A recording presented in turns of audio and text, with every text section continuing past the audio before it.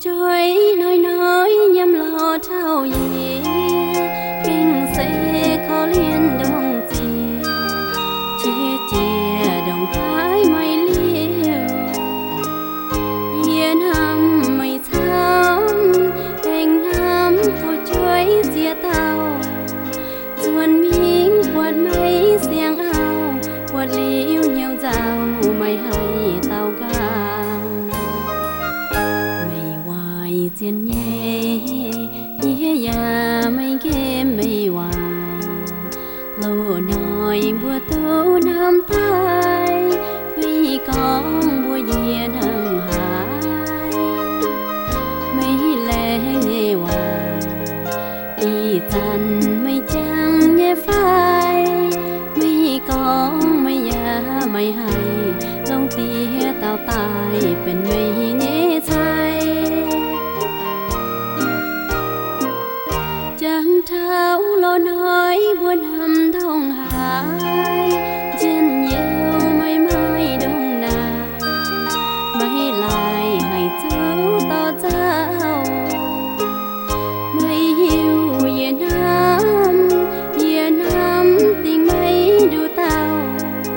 mây ya khoang chân mình sao mình lo tia tao tay cháu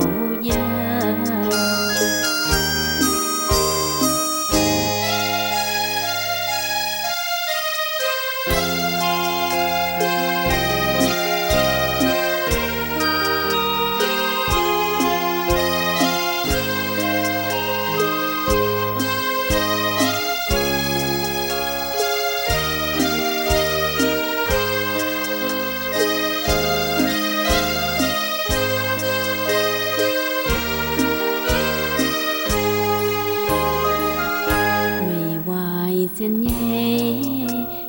ya mấy game mấy hoài lâu nói bữa tối năm tay mấy con bữa yên hằng hải mấy lẽ nghe hoài